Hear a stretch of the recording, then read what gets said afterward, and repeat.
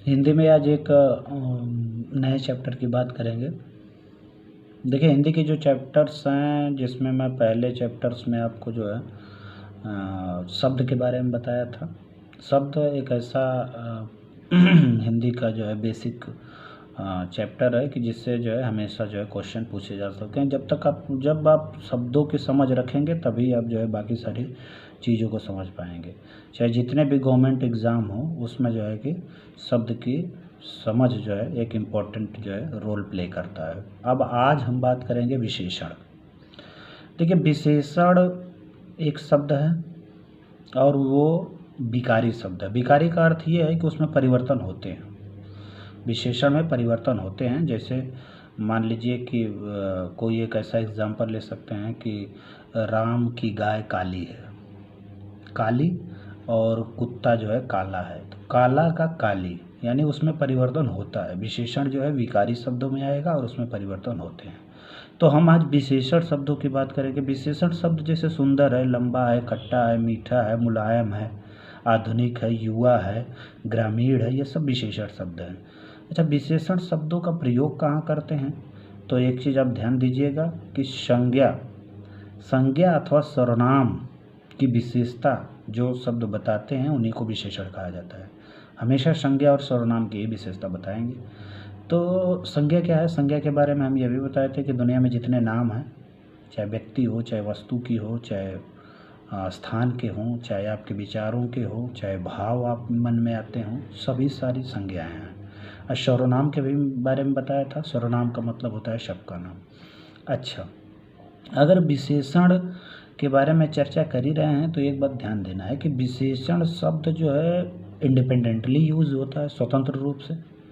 सुंदर, काला, मोटा, बड़ा, छोटा, आधुनिक, युवा, ग्रामीण, ये सब विशेषण है और ये वाक्य में यूज होते हैं। तो हमें जो परीक्षा की दृष्टि से ध्यान रखना है कि वाक्य में जो है कि विशेषण का जो प्रयोग किया जाता है उसे पहचानना बहुत ज़रूरी है। यदि आप विशेषण को पहचान लेते हैं वाक्य में कौन सा शब्द संज्ञा है, कौन विशेषण है, कौन सर्वनाम है, तब समझ लीजिए कि आपके मार्क्स पक्के हो जाते हैं। तो आइए हम कोई वाक्य लेते हैं एग्जाम्पल में के थ्रू और उसी में से हम जो विशेषण समझने का प्रयास करेंगे। तो अच्छा, अगर मान लीजिए एक वाक्य मैंने आपसे बोला कि मुझे मीठी चटनी पसंद है। मीठी चटनी, चटनी क्या है? चटनी की विशेषता बता रहा है मीठी शब्द, तो चटनी का विशेषण क्या हुआ? मीठा। तो चटनी एक संज्ञा है, तो संज्ञा की विशेषता वो बता रहा है, तो वो विशेषण हो गया। विशेषण हमेशा संज्ञा या सर्वनाम की विशेषता बताएगा। अच्छा, तो मीठा जो है वो विशेषण हो गया। लेकिन एक बात ये भी है कि वाक्य में इसका स्थान देखना बहुत ज़रूरी है। अब ये संज्ञा से पहले प्रयोग हो रहा है तो इसको जो है हम कह देंगे कि उद्देश्य विशेषण। अब उद्देश्य विशेषण कहाँ से आया? अभी तो विशेषण के बारे में बात कर रहे थे। तो उद्देश्य विशेषण का मतलब ये है कि जैसे आप मान लीजिए कोई वाक्य है, राम घर जाता है या सीता बाजार जाती है या मोहन खाना खाता है, तो राम, सीता, मोहन, ये क्या है? उद्देश्य हैं, यानी ये कर्ता हैं। इनके अलावा बाकी जो वाक्य के पद हैं या उनके अलावा बाकी जैसे घर जाता है, ये क्या है? ये विधेय है।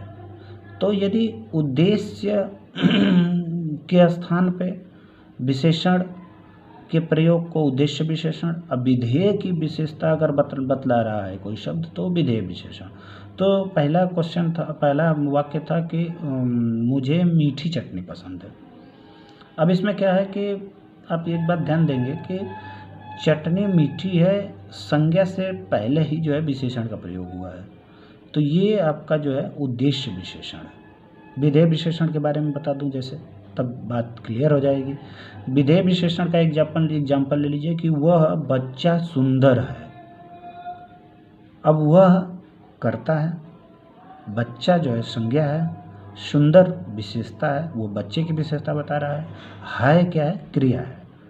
तो यहाँ पे जो है जो क्रिया है और सुंदर एक विशेषण है जो इसके बाद में आ रहा है, यानी संज्ञा के बाद में यूज हो रहा है। अब वहाँ पे आपने देखा था संज्ञा से पहले यूज हो रही थी, संज्ञा के बाद में विशेषण आ रहा है, फिर क्रिया आ जाने से ये पूरी तरह से ये वाक्य कंप्लीट हो जाता है, यानी इसका कंप्लीट सेंस निकलता है, एक अर्थ निकलता है।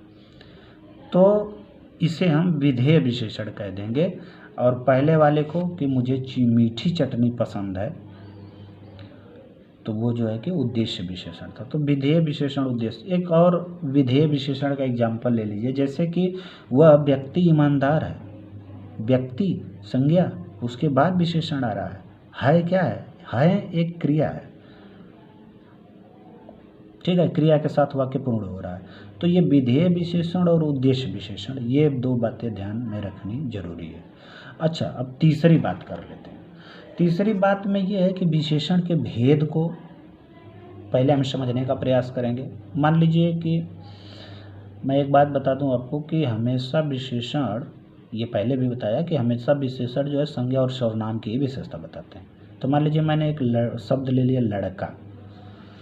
अब विशेषण के जो भेद होते हैं वो 4 प्रकार के होते हैं, गुणवाचक, संख्यावाचक, परिमाणवाचक, और चौथा जो सबसे इम्पोर्टेंट है वो सार्वनामिक या संकेतवाचक। तो सबसे पहले गुणवाचक विशेषण की बात कर लें। विशेषण के 4 भेद हैं, गुणवाचक, संख्यावाचक, परिमाणवाचक और सार्वनामिक। तो कोई शब्द गुणवाचक है कि संख्यावाचक है कि परिमाणवाचक है कि सार्वनामिक या संकेतवाचक है, आप कैसे पहचानेंगे? तो देखिए, मान लीजिए एक हमने शब्द ले लिया, संज्ञा लेनी है, संज्ञा या सर्वनाम लेना है, क्योंकि उसी की विशेषता बताते हैं जो शब्द, उन्हीं को विशेषण कहते हैं। तो हमने मान लीजिए लड़का ले लिया। अब लड़का में कह दिया कि लड़का अच्छा है, बुरा है, ईमानदार है, सज्जन है, सच्चा है, दानवीर है, झूठा है, कृपालु है, दयालु है, ये सारी चीज़ें उसके गुण के बारे में बात हो रही है। तो ये हो जाएगा गुणवाचक। अगर बच्चा ईमानदार है तो उस लड़का ईमानदार है, तो ईमानदार क्या है? उसका गुण है। अगर लड़का बात कर दूं छोटा है, बड़ा है, पतला है, मोटा है, तो उसके आकार की बात हो रही है। अगर मान लीजिए लड़के के बारे में हम बात कर दें कि लड़का काला है, गोरा है, सफ़ेद है, नीला है, पीला है, हालांकि नीले पीले लड़के आज तक दिखे नहीं, आपको दिखेंगे तो बताइएगा। तो ये उनके जो है कि रंगवाचक। अब इसके बाद ये गुणवाचक की बात हो रही है। गुण में बहुत सारी जो है दशाएं होती हैं, गुणवाचक में बहुत सारे भाग होते हैं। जैसे गुण हो गया, अब आकार भी बता दिया हमने, रंग के आधार पे बता दिया कि गुणवाचक है। स्वादवाचक, लड़का खट्टा है, मीठा है, तीखा है, कड़वा है, हो रहे हैं लोग खट्टे मीठे तीखे कड़वे, ध्यान से रहिएगा। अब इसके बाद स्पर्शवाचक, अगर लड़के को आप टच कर रहे हैं, लड़का मुलायम है कि कठोर है, कि ये क्या है? स्पर्शवाचक। अब एक है गंधवाचक, जिससे जो है लड़का जो है, लड़के की गंध, फूल की बात कर लीजिए भैया, फूल सुगंधित है। दिशा में डायरेक्शन ही होगी, जैसे दिल्ली, उत्तरी दिल्ली, दक्षिणी दिल्ली, पश्चिमी मुंबई, ये सब सारी दिशाएं जहाँ हैं तो वो भी गुणवाचक में ही आता है। अब दशा कैसी है? बूढ़ा है, नया है, पुराना है, छोटा है, बूढ़ा है, नया है, पुराना है, रोगी है। रोगी एक दशावाचक में आएगा, दशा में आएगा, दशा बता रहा है, यानी गुणवाचक में आएगा। ऐसे ही काल में ये बताया जाता है कि प्राचीन है लड़का कि नवीन है लड़का।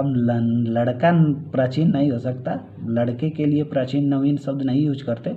किसी इमारत के लिए प्राचीन नवीन, या किसी और संज्ञा के बारे में हम प्राचीन नवीन की बात कर सकते हैं। स्थान के बारे में बात कर लीजिए कि ग्रामीण है कि लड़का भारतीय है कि रूसी है कि अमेरिकन है कि ऑस्ट्रेलियन है। अवस्था का मतलब ये होता है, अवस्था का मतलब देखिए, दशा में हमने बताया था कि नया है कोई चीज़, कोई बिल्डिंग, ताजमहल नया है कि पुराना है कि जीर्ण है कि क्या है, ये सारी चीज़ें।